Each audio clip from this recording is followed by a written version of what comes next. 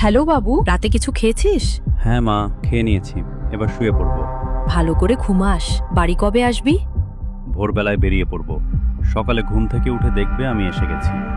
আচ্ছা, ঘুমিয়ে পড় তাহলে এবার। কাল দেখা হচ্ছে। হ্যালো। কাকিমা, আমি দেবাদিত্যর বন্ধু বলছি। ও কাল যে কারখানায় গিয়েছিল সেখানে তো রাতে আগুন লেগেছে, অনেক লোক মারা গেছে। আমার ছেলেকে আপনারা কেউ খুঁজে দিন। হয়তো আমার ছেলে আগুন দেখে পালিয়ে গেছে, লুকিয়ে পড়েছে আশেপাশে কোথাও।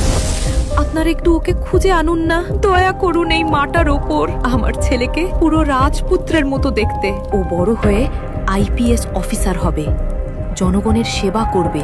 ও কিছুতেই এই আগুনের কাছে হার মানতে পারে না। কারখানার দরজা বাইরে থেকে বন্ধ ছিল, ভিতরে থাকলে বেঁচে থাকার সম্ভাবনা নেই কোনো। না না, এটা হতেই পারে না। ঠাকুর আমার ছেলেকে কেড়ে নেবে না। ও নিশ্চয়ই বেঁচে আছে। ওই জুতোটা তো ওর না, ওই পোড়া জামাটাও ওর না। ও নিশ্চয়ই বেঁচে গেছে। আপনারা তালিকা বানানো বন্ধ করে খুঁজতে যান না। দয়া করে ঠাকুর, আমাকে আমার ছেলেকে খুঁজে দাও। কাল রাতেও ফোন করে খোঁজ নিল আমি ওষুধ খেয়েছি কিনা।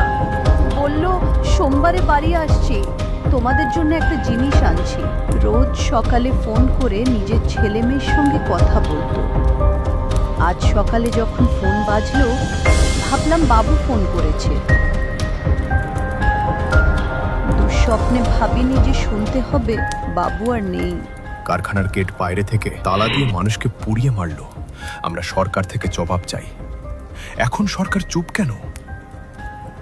প্রশাসনিক গাফিলতির জন্য যে আজ এত যুবক প্রাণ হারালো, সেই দায় এখন কে নেবে? সরকারের কাছে কি আজ আমাদের প্রাণ এতটাই মূল্যহীন?